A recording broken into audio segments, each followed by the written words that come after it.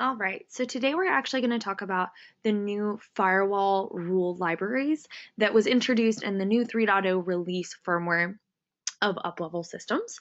So now whenever you log into your dashboard in the top right hand corner, you will now see a library option. You can then click on this guy and this will bring you to the library firewall rules setting. So what this library is a collection of all of those most popular port forwarding rules that you always use. So if you have multiple customers with very similar services or using the same port forwarding rules as each other, you can go in and create these library rules so that you only punch them through once, and anytime after that, they're already pre-canned and ready to go. That means you never have to worry about that specific one service, which port it's coming in on, and which IP addresses they are coming from.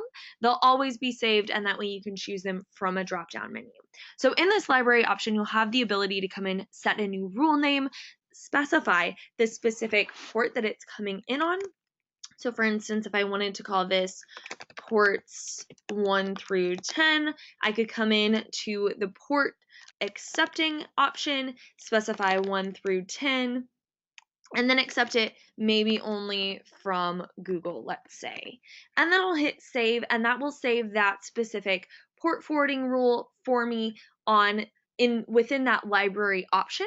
And now whenever I go to any customer that I have, you'll see I can click on that customer, go into their configuration mode in the firewall tab. So now under this port blocking option, whenever you come to add a new port forwarding rule, you'll now see in the same exact configuration mode to the right, there is now a library option where you can now come choose any of those library rules that are preset.